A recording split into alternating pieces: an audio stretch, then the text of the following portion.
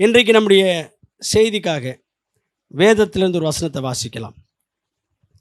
யோபு புஸ்தகத்தில் 21ஆம் அதிகாரம் 15வது வசனம். யோபு புஸ்தகம் 21:15. சர்வ வல்லவரை நாம் சேவிக்க அவர் யார்? அவரை நோக்கி ஜெபம் பண்ணுவதினால் நமக்கு என்ன பிரயோஜனம் என்கிறார்கள். ஆண்டவர்கிட்ட ஜெபம் பண்ணால் நமக்கு என்ன பிரயோஜனம்? ஆண்டவர்கிட்ட ஜெபம் பண்ணால் நமக்கு என்ன பிரயோஜனம் என்கிறார்கள் என்று யோபு சொல்லுகிறார். சிலர் சொல்கிறத நீங்களும் கேள்விப்பட்டிருப்பீங்க. ஜெபம் பண்ண போதுமா? சோறு கடவுள் கொடுத்துருவாரா? முதல்ல பிழைக்கிற வழியை பார். ஜெபம்னு சொன்னால் கடவுள் உனக்கு சோறு போட மாட்டார் அப்படின்னு சில பேர் சொல்கிறத நீங்கள் கேள்விப்பட்டிருப்பீங்க, கேட்டிருப்பீங்க. அருமையான கருத்து பிள்ளைகளே, இங்கே யாரோ கேட்குறாங்களாம், ஜெபம் பண்ணுவதனால் நமக்கு என்ன பிரயோஜனம்? ஜெபம் பண்ணால் என்ன பிரயோஜனம் அப்படின்னு யாரோ கேட்குறாங்களாம். யோபு பக்தன் அதை சொல்கிறார். இன்றைக்கி உங்களுக்கு ஜெபம் பண்ணுவதனால் என்ன பிரயோஜனம் என்கிற கேள்விக்கு ஒரு 5 விடைகளை உங்களுக்கு நான் சொல்ல போகிறேன். ஒருவேளை உங்களுக்கு கூட அது போன்ற ஒரு யோசனை இருந்தால், அல்லது உங்களை யாராவது கேட்டுக்கிட்டு இருந்தால், ஜெபம் பண்ணுறதுனால உனக்கு என்ன பிரயோஜனம்? கடவுள்னு சொல்லி சர்ச்சுக்கு போயிட்டு நீ ஜெபம் பண்ணுறதுனால என்னையா பிரயோஜனம்? உனக்கு என்னையா கொடுக்குறாரு ஆண்டவர்? முதல்ல பிழைக்கிறதுக்கு வழிப்பாரியா? பசங்கள்லாம் வளர்கிறாங்க, இப்போ 4 காசு உழைச்சி சம்பாரி, கடவுள் மனசில் இருந்தால் போதும் அப்படின்னு சொல்கிறவங்க ஒருவேளை உங்களுடைய வாழ்க்கையில் உங்களோட பேசியிருந்தால், அல்லது இனிமேல் பேசினால் நீங்கள் இந்த விஷயங்களை அவங்களுக்கு சொல்லலாம். ஜெபம் பண்ணுவதனால் என்ன பிரயோஜனம்? முதலாவது, ஜெபம் பண்ணுவதனால் நம்முடைய துக்க நாட்கள் முடியும்.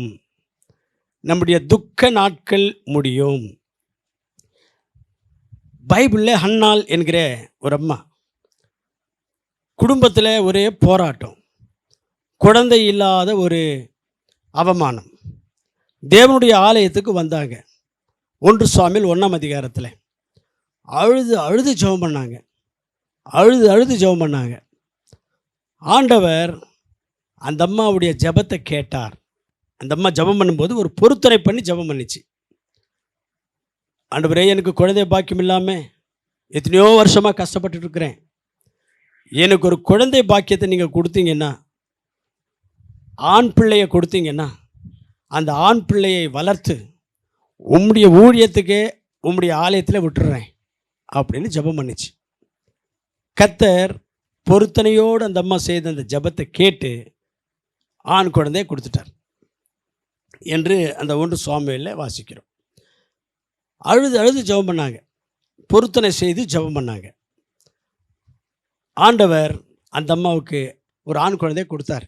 வசனம் என்ன சொல்லுதுன்னா, 1ஆம் அதிகாரத்தில் 1 சாமுவேல் 1ஆம் அதிகாரம் 18 வசனத்தில் வாசிக்கலாம். பின்பு அந்த ஸ்திரீ புறப்பட்டு போய் போஜனம் செய்தால், அப்புறம் துக்கமுகமாக இருந்ததே இல்லை. அதுக்கப்புறம் அந்த அம்மா அழவே இல்லை. அதுக்கப்புறம் துக்கமுகமாக இருந்ததே இல்லை.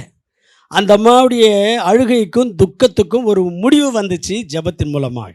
அருமையான கருத்து பிள்ளைகளே, நீங்களும் கூட என்னென்ன கஷ்டங்களுக்காக அழுதுன்னு இருக்கிறீங்களோ, என்னென்ன பிரச்சனைகளுக்காக அழுதுன்னு இருக்கிறீங்களோ, என்னென்ன வியாதிகளுக்காக வேதனைப்பட்டுக்கிட்டு கண்ணீர் சிந்தி கொண்டிருக்கிறீங்களோ, என்னென்ன போராட்டம் உங்கள் வாழ்க்கையில் இருக்கிறதை நீங்கள் நினச்சி போராட முடியாமல் அழுதுகிட்டு இருக்கிறீங்களோ, என்ன காரணத்துக்காக நீங்கள் அழுது கொண்டு இருந்தாலும் ஆண்டவருடைய பாதப்படியில் வந்திருக்கிறீங்க.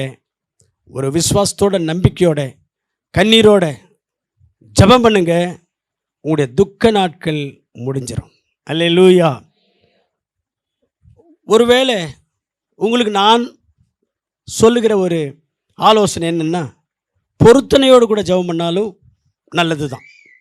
எத்தனையோ வருஷங்களாக அந்த ஹன்னாள் அந்த ஆலயத்துக்கு வந்து ஜெபம் பண்ணியிருந்தாங்க. ஆனால் அந்த குறிப்பிட்ட வருஷத்தில் பொருத்தனை செய்து ஜெபம் பண்ணாங்க. அப்பொழுது அந்த அம்மாவுடைய ஜெபத்துக்கு பதில் வந்துச்சு. அதனால தான் நான் உங்களுக்கு இந்த ஆலோசனையை சொல்கிறேன். நீங்களும் பொருத்தனை பண்ணி ஜெபம் பண்ணுங்க. உங்களுக்கு எத்தனையோ ஆண்டுகளாக வராத அல்லது எத்தனையோ மாதங்களாக வராத உங்கள் ஜெபத்துக்கு பதில் கர்த்தர் உங்களுக்கு கொடுப்பார். அருமையான கர்த்தர் பிள்ளைகளே, உங்களுடைய துக்க நாட்கள் முடிஞ்சிடும். உங்கள் துக்கத்துக்கு ஒரு முடிவு உண்டாகும். இனி நீங்கள் அழவே தேவையில்லாத அளவுக்கு கர்த்தர் உங்களுடைய காரியங்களை ஆசீர்வதிப்பார். இரண்டாவதாக, ஜெபத்தினாலே என்ன நன்மை இருக்கிறது அல்லது ஜெபம் பண்ணினால் என்ன பிரயோஜனம் என்றால், ஜெபம் பண்ணினால் நமக்கு இருக்கிற எல்லா பயங்களிலிருந்தும் ஆண்டவர் நம்மை விடுதலையாக்குவார். 34ஆம் சங்கீதம் 4வது வசனத்தில் தாவீது அவருடைய அனுபவத்தை அந்த இடத்துல சொல்லுகிறார். 34ஆம் சங்கீதம் 4வது வசனம், நான் கர்த்தரை தேடினேன், அவர் எனக்கு செவி கொடுத்து என்னுடைய எல்லா பயத்துக்கும் என்னை நீங்களாக்கிவிட்டார். God has delivered me from all my fears என்று சொல்லுகிறார். எல்லா பயங்களிலிருந்து உங்களுக்கு ஒரு விடுதலை கிடைக்கும் ஜெபத்தின் மூலமாக. அருமையான கருத்து பிள்ளைகளை, நீங்கள் ஆண்டவரிடத்தில் ஜெபம் பண்ணுங்க. ஒரு விசுவாசத்தோடு ஜெபம் பண்ணுங்க, நம்பிக்கையோடு ஜெபம் பண்ணுங்க. எதை குறித்து நீங்கள் பயந்துட்டு இருக்கிறீங்களோ, கடங்காரங்களை குறித்து பயமா, அல்லது வியாதியை குறித்த பயமா, அல்லது எதிர்காலத்தை குறித்த பயமா, அல்லது பிள்ளைகளுடைய வாழ்க்கையை பார்த்தா உங்களுக்கு பயமாக இருக்கா, அல்லது குடும்பத்தில் இருக்கிற பிரச்சனைகளை குறித்து பயந்துக்கிட்டு இருக்கிறீங்களா, அல்லது நீங்கள் கடந்து போய் கொண்டிருக்கிற இந்த சோதனைகளை நாம் எப்படி மேற்கொள்ள போகிறோமோ என்று பயந்து கொண்டிருக்கிறீங்களா? உங்கள் வாழ்க்கையில் எந்த விதமான பயத்தின் மத்தியில் நீங்கள் இருந்தாலும் தாவீதை போல ஆண்டவரை நோக்கி ஜெபம் பண்ணினால் உங்களுடைய எல்லா பயங்களுக்கும் ஆண்டவர் நீங்களாக்கி விடுவார். உங்களுடைய எல்லா பயங்களிலிருந்தும் கர்த்தர் உங்களை விடுதலையாக்குவார். தாவீதுக்கு அப்படி நடந்தது. அவர் சவுல்கிட்டிருந்து தப்பித்து கொண்டு ஒரு ராஜாவினிடத்தில் போய் சேருகிறார். அந்த ராஜாவின் பேர் ஆகீஸ் ராஜா. அந்த ராஜா கிட்ட போன பொழுது அவருக்கு ஒரு பயம் உண்டாச்சான். இந்த ராஜா நம்ம என்ன பண்ணிடுவானோ தெரியலையே என்ற ஒரு பயம் அவனுக்கு உண்டாச்சான். இந்த விஷயங்கள் எல்லாம் இந்த சங்கீதத்தினுடைய பின்னணி, இந்த 34வது சங்கீதத்தினுடைய பின்னணி, பேக்ரவுண்டு எங்கே இருக்குனாக்கா சாமுவேல் புஸ்தகத்தில் இருக்குது. 1 சாமுவேல் 21ஆம் அதிகாரத்தில் படித்தா இந்த 34வது சங்கீதத்தினுடைய பேக்ரவுண்ட் ஹிஸ்ட்ரி அங்கே இருக்குது. அந்த இடத்துல குறிப்பாக அந்த 12ஆம் வசனத்தை வாசிப்போமானால், அதாவது 1 சாமுவேல் 21:12வது வசனத்தை வாசிப்போமானால், தாவீது ராஜா அங்கே சொல்லுகிறார், காத் என்கிற அந்த நாட்டினுடைய ராஜாவாகிய ஆகீஸிற்கு மிகவும் பயந்தான். அந்த ராஜாவுக்கு ஒரு பயந்தார். அந்த சூழ்நிலையில் என்ன பண்ணியிருக்காருன்னா ஆண்டவரிடத்தில் முறையிட்டு இருக்கிறார். அந்த நேரத்தில் தாவீது ராஜாவா இல்லை, தன்னுடைய மாமனாராகிய சவுலினால் துரத்தப்பட்டு கொண்டிருந்தார். சவுல் தான் ராஜாவாக இருந்தார், அந்த நாட்டை ஆளுகை செய்து கொண்டிருந்தார். அவர் தாவீதை கொல்லணும்னு சொல்லி முயற்சி பண்ணி கொண்டிருக்கிறார், தேடிக்கொண்டிருக்கிறார். அவர் ஒரு நாடோடியை போல மலைகள், காடுகள், நாட்டை கடந்து, பட்டணங்களை கடந்து தன்னுடைய உயிரை காப்பாற்றிக் கொள்வதற்காக ஓடிக்கொண்டிருந்தார் தாவீது ராஜா. அந்த சூழ்நிலையில் தான் சவுலுடைய கையிலிருந்து தப்பித்து கொண்டு ஒரு சூழ்நிலையிலே இந்த காத் பட்டணத்தில் அவர் வருகிறார், தஞ்சம் புகழுகிறார். அங்கே அந்த ஆகீஸ் என்கிற ராஜாவை குறித்து இவருக்கு ஒரு பயம் உண்டாச்சு. இந்த ராஜா என்ன பண்ணிடுவான்னு தெரியலையே என்று பயம் உண்டாச்சு. அந்த பயத்தின் மத்தியில் ஆண்டவருக்கு கூப்பிட்டாராம். ஆண்டவர் என்னுடைய எல்லா பயங்களிலிருந்தும் என்னை விடுதலையாக்கினார் என்று தாவீது தன்னுடைய சாட்சி இந்த இடத்துல சொல்லுகிறார். அதனால் அருமையான கருத்து பிள்ளைகளே, நீங்களும் கூட எதை குறித்தும் பயப்பட தேவையில்லை. கர்த்தர் ஒருவர் இருக்கிறார். அவர் எல்லா பிரச்சனைகளிலிருந்தும், எல்லா துன்பங்களிலிருந்தும், எல்லா வியாதிகளிலிருந்தும், எல்லா போராட்டங்களிலிருந்தும் நம்மை விடுவிக்க போதுமானவராக இருக்கிறார். 34ஆம் சங்கீதத்தில், அதே சங்கீதத்தில் 19ஆம் வசனத்தில் இவர் சொல்லுவார், தாவீது ராஜா, நீதிமானுக்கு வருகிற துன்பங்கள் அநேகமாயிருக்கும், கர்த்தர் அவைகள் எல்லாவற்றிலிருந்தும் விடுவிப்பார்.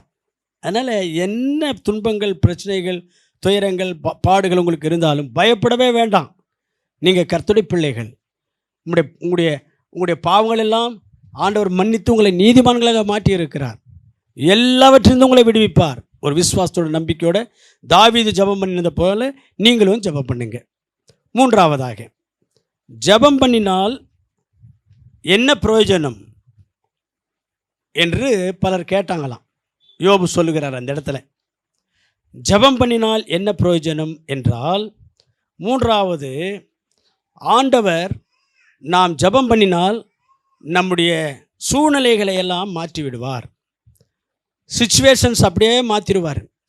நமக்கு விரோதமாக, நமக்கு எதிர்மாறாக, நமக்கு நெகட்டிவாக இருக்கிற எல்லா சிச்சுவேஷன்ஸையும் கர்த்தர் மாற்றி விடுவார்.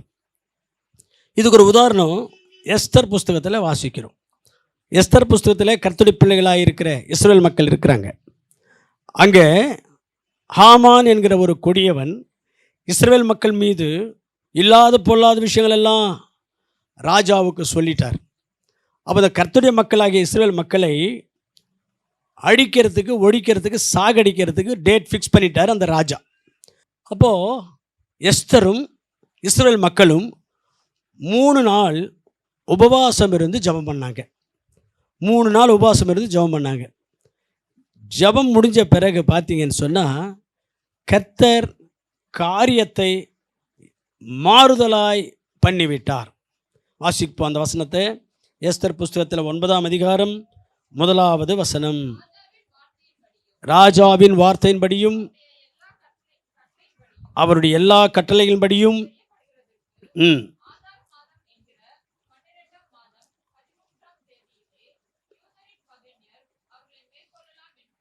யூதரின் பகைஞர்கள் இஸ்ரவேல் மக்களை மேற்கொள்ளலாம் என்று நம்பினார்கள். அந்நாளில் தானே தங்கள் பகைஞரை மேற்கொள்ளும்படிக்கு அந்த நாளில் தானே காரியம் மாறுதலாய் முடிஞ்சது. அந்த ஒரு சென்டென்ஸ் யாருன்னா இங்கிலீஷ் பைபிளில் வாசிக்கிறீங்களா? at the same day it was turned out the opposite. எல்லாம் ஆப்போசிட்டாக நடந்துருச்சான். அந்த நாளிலே ஆண்டவர் அவங்க நினச்சபடியெல்லாம், அதாவது இஸ்ரவேல் மக்கள் மீது வைராக்கியத்தை வளர்த்து கொண்டு என்ன நினச்சாங்களோ அது நடக்கலை. எல்லாம் ஆப்போசிட்டாக நடந்துச்சான். ஆண்டவர் காரியத்தை, சிச்சுவேஷனை அப்படியே மாற்றிட்டார். ஜெபம் பண்ணினால் என்ன பிரயோஜனம் என்று ஜனங்க கேட்குறாங்க. ஜெபம் பண்ணினால் நம்முடைய சிச்சுவேஷன்ஸை கர்த்தர் மாற்றி விடுவார். அல்லேலூயா. நம்முடைய நிலைமைகள் எதுவாக இருந்தாலும், அந்த நிலைமைக்குள்ளே என்ன காரணத்தினால நாம் இருந்தாலும், எந்த காரணத்தினால அந்த நிலைமைக்குள் அப்படிப்பட்ட எதிர்மாறான நிலைமைகள் நமக்கு ஏற்பட்டிருந்தாலும், கர்த்தரிடத்தில் உபவாசம் இருந்து ஜெபம் பண்ணினால் அது அப்படியே ஆண்டவர் அந்த சூழ்நிலை மாற்றிடுவார். எல்லாம் ஆப்போசிட்டாக நடக்கும்படி கர்த்தர் நமக்காக காரியங்களை செய்வார். ஆக வருமான கர்த்தர் பிள்ளைகளை நீங்களும் கூட, நீங்கள் எந்த மாதிரியான ஒரு சூழ்நிலையின் மத்தியில் இருந்து கலங்கி கொண்டிருக்கிறீங்களோ, வேதனைப்பட்டு கொண்டிருக்கிறீங்களோ, பயந்து கொண்டிருக்கிறீங்களோ, இது என்னவா முடியுமோ என்ற கலவரத்தோடு இருக்கிறீங்களோ, உங்களுக்கெல்லாம் ஒரு நல்ல செய்தி என்னவென்றால், நீங்கள் நம்பியிருக்கிற ஆண்டவர், நாம் நம்பியிருக்கிற ஆண்டவர் சூழ்நிலைகளை அப்படியே தலைகீழாக மாற்றுகிறவர். அல்லேலூயா. அப்படி ஆப்போசிட்டாக நடக்கும்படி கர்த்தர் செய்யக்கூடியவர். நீங்களும் ஜெபம் பண்ணுங்க, உபவாசம் இருங்க, உங்களுடைய சூழ்நிலைகளை கர்த்தர் மாற்றி விடுவார். 4வது, நம்முடைய ஆவியிலே, ஆத்துமாவிலே பலன் பெற்றுக்கொள்ளுவோம். ஜெபத்தின் மூலமாக நம்முடைய ஆவியிலே, நம்முடைய ஆத்துமாவிலே பலன் பெற்றுக்கொள்ளுவோம். வேதத்தில் வாசிக்கலாம். 138வது சங்கீதம் 3வது வசனம். 138வது சங்கீதம் 3வது வசனம். நான் கூப்பிட்ட நாளிலே எனக்கு மறு உத்தரவு அருளி என் ஆத்துமாவிலே பலன் தந்து என்னை தைரியப்படுத்தினீர். நான் கூப்பிட்ட நாளிலே எனக்கு மறு உத்தரவு தந்து என்னுடைய ஆத்துமாவிலே பலன் தந்தீர். அல்லேலூயா.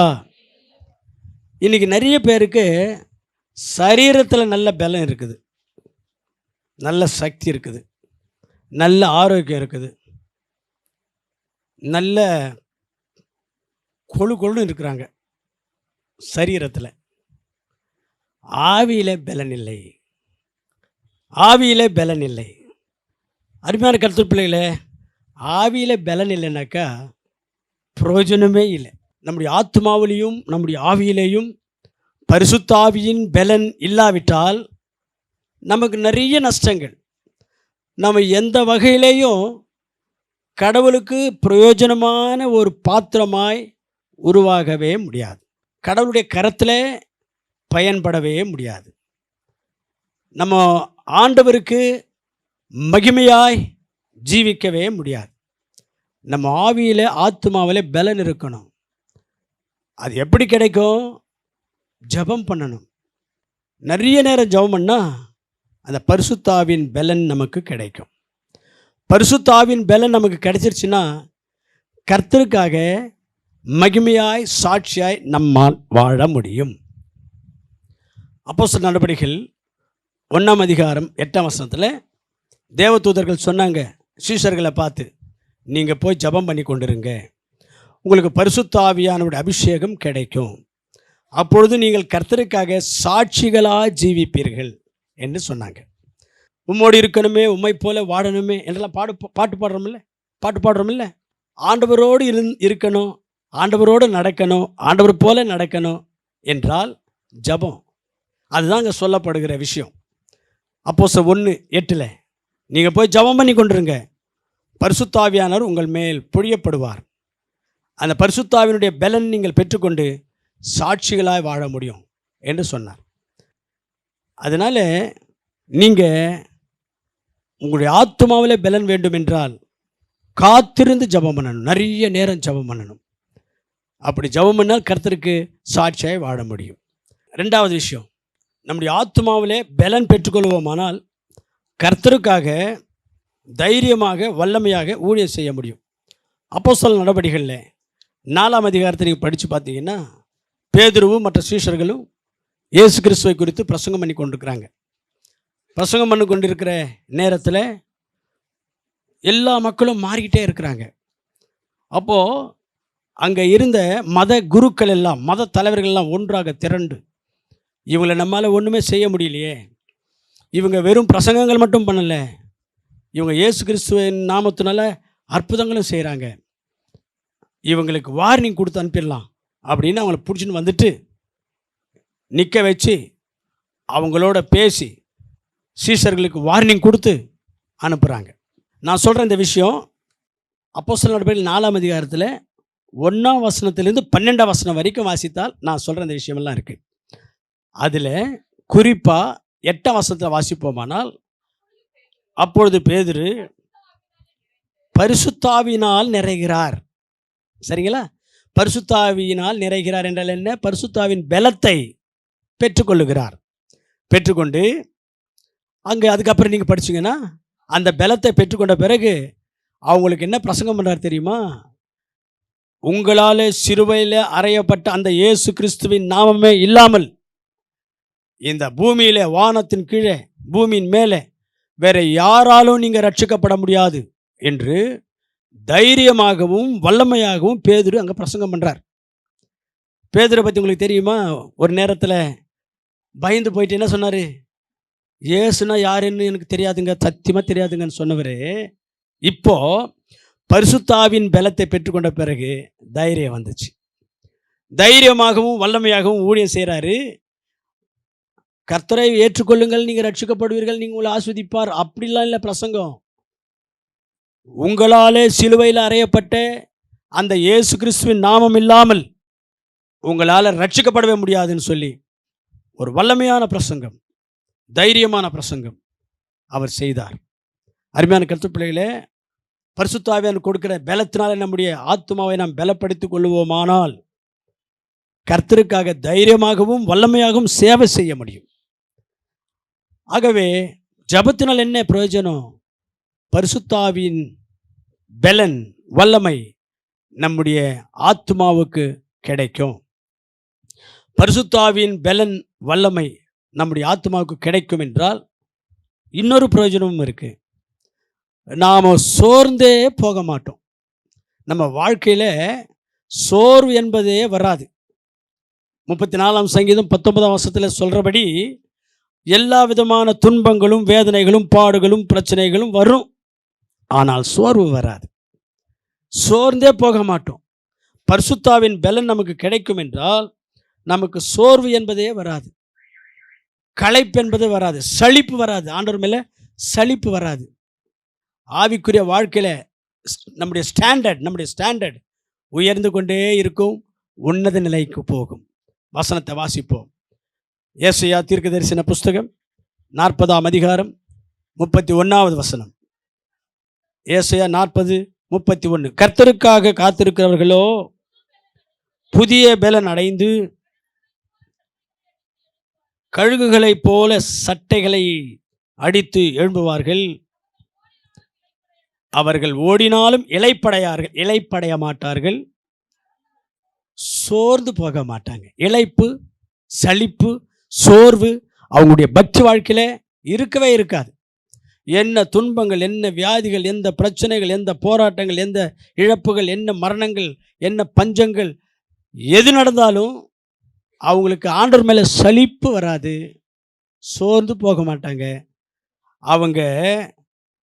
அவங்களுக்கு வருகிற எல்லா பிரச்சனைகள் மத்தியில் அவங்க இன்னும் மென்மேலும் சட்டைகளை அடித்து மென்மேலும் உயர்ந்த நிலைமைக்கு போய் கொண்டே இருப்பாங்க என்று இங்கே வாசிக்கிறோம். ஆகவே ஜபத்தினால என்ன பிரயோஜனம் என்று சிலர் கேட்குறாங்களாம். ஜபத்தினால என்ன பிரயோஜனம், ஜபம் பண்ணினால் என்ன பிரயோஜனம் என்று சிலர் கேட்குறாங்க என்று யோபு சொல்லுகிறார். ஜபத்தினால என்னென்ன பிரயோஜனம்னு சொல்லி பரிசுத்த ஆவியானவர் இன்றைக்கு நம்மோடு பேசி கொண்டிருக்கிறார், தெளிவாக நமக்கு போதித்து கொண்டிருக்கிறார். 5வதாக, ஜபத்தினால் என்ன பிரயோஜனம் என்றால், நம்மால் செய்ய முடியாத காரியங்களை நம்முடைய ஜபத்தை கேட்டு கர்த்தர் செய்வார். இதுக்கு ஒரு உதாரணம், யோசபாத் ராஜா. அவர் இஸ்ரவேல் மக்களை ஆண்டு கொண்டு இருக்கிறார். அவருக்கு விரோதமாக 3 நாடுகளின் ராஜாக்கள் எழும்பி யுத்தத்துக்கு வர்றாங்க. 2 நாளாகமும் 20ஆம் அதிகாரம் 1ஆம் வசனத்தில் அதை நாம் வாசிக்கிறோம். இவர் என்ன பண்ணுறாருன்னா, உபவாசத்தை டிக்ளேர் பண்ணுறார். எல்லா சபை மக்களையும் கூடி வர சொல்லி எல்லாருமாய் சேர்ந்து உபவாசம் இருந்து ஜபம் பண்ணுறாங்க. 3ஆம் வசனத்தில் நாம் அதை வாசிக்கிறோம். அதுக்கப்புறம் அந்த உபவாச ஜபத்தில் இவர் சின்ன பிள்ளைகள் எல்லாம் கூட கூட்டின்னு வாங்க, குடும்பமாக வாங்கன்னு சொல்கிறாரு. குடும்பமாக வந்துட்டாங்க. குடும்பமாக ஆண்டவரத்தில் ஜபம் பண்ணும்போது, ஆண்டவரே இவங்களை ஜெயிக்கிறதுக்கு எனக்கு சக்தி இல்லை, என்னால் முடியாது, எனக்கு அந்த கெப்பாசிட்டி இல்லை என்று அறிக்கை செய்கிறார். வாசிக்கலாமா? 12ஆம் வசனம், 13ஆம் வசனம். எங்கள் தேவனே, அவர்களை நீர் நியாயம் தீர்க்க மாட்டீரோ? எங்களுக்கு விரோதமாக வந்திருக்கிற இந்த ஏராளமான கூட்டத்துக்கு முன்பாக நிற்க எங்களுக்கு பலன் இல்லையப்பா. நாங்கள் செய்ய வேண்டியது என்னதென்று எங்களுக்கு தெரியும். என்ன செய்யறதுன்னே தெரியல ஆண்டவரே, எங்களுக்கு பலன் இல்லை, சக்தி இல்லை. இவங்களெல்லாம் ஜெயிக்கிறதுக்கு எனக்கு அந்த சக்தி இல்லை, அந்த திறமை இல்லை, அவ்வளோ பலன் இல்லை அப்படின்னு உபவாசம் இருந்து ஜபம் பண்ணுறாங்க. என்ன ஜபம் பண்ணுறாரு அந்த ராஜா? என்னால் முடியாது, எனக்கு அந்த சக்தி இல்லை என்று அறிக்கை செய்து ஜபம் பண்ணுறார். இப்போ 22ஆம் வசனத்தில் ரிசல்ட் நீங்கள் பார்த்தீங்கன்னு சொன்னால், அவர்கள் பாடி துதி செய்ய தொடங்கினாங்க. யூதாவுக்கு விரோதமாக வந்து அம்மோன் புத்திரரையும் மோவாபியரையும் சேயீர் மலை தேசத்தார், நான் சொல்லல 3 நாட்டு ராஜாக்கள்னு சொல்லி, இவங்க தான். அவங்களே ஒருவருக்கு விரோதமாக ஒருவர் கர்த்தர் எழும்ப பண்ணினார். அவங்களே ஒருவருக்கு விரோதமாக ஒருவர் எழும்பி ஒருத்தனை வெட்டிக்க ஆரம்பிச்சிட்டாங்க. அவங்களே ஒருத்தனை வெட்டிட்டு எல்லாம் கம்ப்ளீட்டாக எல்லாமே அந்த இடத்துல பணமாக கிடக்குறாங்க. நான் என்ன சொல்ல வரேன்னா, ஜெபத்தினால் என்ன பிரயோஜனம்? ஜெபத்தினால் என்ன பிரயோஜனம்? நம்மால் செய்ய முடியாத காரியங்கள் கர்த்தர் செய்வார். இங்கே யோசபாத்து ஆண்டவரை பார்த்து ஜெபம் பண்ணுறாரு. என்னால் முடியாத ஆண்டவரே, திரளாய் வந்திருக்கிற இவங்களோட கூட போராடுறதுக்கு, யுத்தம் பண்ணுறதுக்கு எனக்கு அந்த சக்தி இல்லை ஆண்டவரே, ஜெபம் பண்ணுறாரு. இவரால் முடியாத காரியம். ஆனால் ஆண்டவர் இவருடைய ஜெபத்தை கேட்டு செயல்படுகிறார். ஆண்டவர் இவரால் முடியாத காரியத்தை ஆண்டவர் முடிக்கிறார், செயல்படுகிறார், யுத்தத்தில் ஜெயம் தருகிறார். ஆகவே அருமையான கருத்து பிள்ளைகளே, ஜெபத்தில் என்ன பிரயோஜனம்? நம்மளால் முடியாத காரியம் ஆண்டவர் செய்து முடிப்பார். அவர் நமக்காக யாவற்றையும் செய்து முடிப்பார் என்று இருக்கிறதே, அது அங்கே நடக்கும். அதனால் நீங்கள் கூட யார்கிட்ட போராடி இருக்கிறீங்களோ தெரில, எந்த பிரச்சனையோட போராடிட்டு இருக்கிறீங்களோ தெரில, இதை சமாளிக்கலாம் நம்மளால் இனிமேல் முடியாது, இனி நமக்கு நம்பிக்கை இல்லை, இதை மேற்கொள்ள முடியாது, இதிலிருந்து விடுவே இல்லை, இனி பிரயோஜனம் இல்லை, நமக்கு சக்தி இல்லை, அதை சமாளிக்கவோ அதை ஜெயிக்கவோ நம்மளால் முடியாது என்று எதை பற்றியெல்லாம் நீங்கள் வேதனைப்பட்டுக்கிட்டு கவலைப்பட்டுட்டு இருக்கிறீங்களோ அதெல்லாவற்றையும் ஆண்டவர்கிட்ட இன்றைக்கி சொல்லிவிடுங்க. இந்த மாதிரியான ஒரு பிரச்சனையை, இந்த மாதிரியான ஒரு நேரம், இந்த மாதிரியான ஒரு சூழ்நிலை, ஆண்டவரே இதை சமாளிக்க என்னால் முடியாது, ஆண்டவரே இதை மேற்கொள்ள என்னால் முடியாது, எனக்கு அந்த சக்தி இல்லை, அந்த பலம் இல்லைப்பா, எனக்காக யாவற்றையும் செய்து முடிக்கிறவரே, யோசபாத்துக்காக செயல்பட்டவரே, என்னால் முடியாதுன்னு சொல்ல ஒரு ஜெபம் பண்ணப்போ, ஒரு ஜெபத்தை கேட்டு அவருக்காக நீங்கள் காரியம் செஞ்சீங்களே, என்னாலும் முடியாத ஒரு சூழ்நிலை இருக்கிறப்பா, என்னுடைய ஜெபத்தையும் கேட்டு செயல்படுங்கப்பா அப்படின்னு ஜெபம் பண்ணுங்க. கர்த்தர் நிச்சயமாய் உங்களுடைய ஜெபத்தை கேட்டு உங்களுக்காக என்ன செய்யணுமோ கர்த்தர் செய்வார்.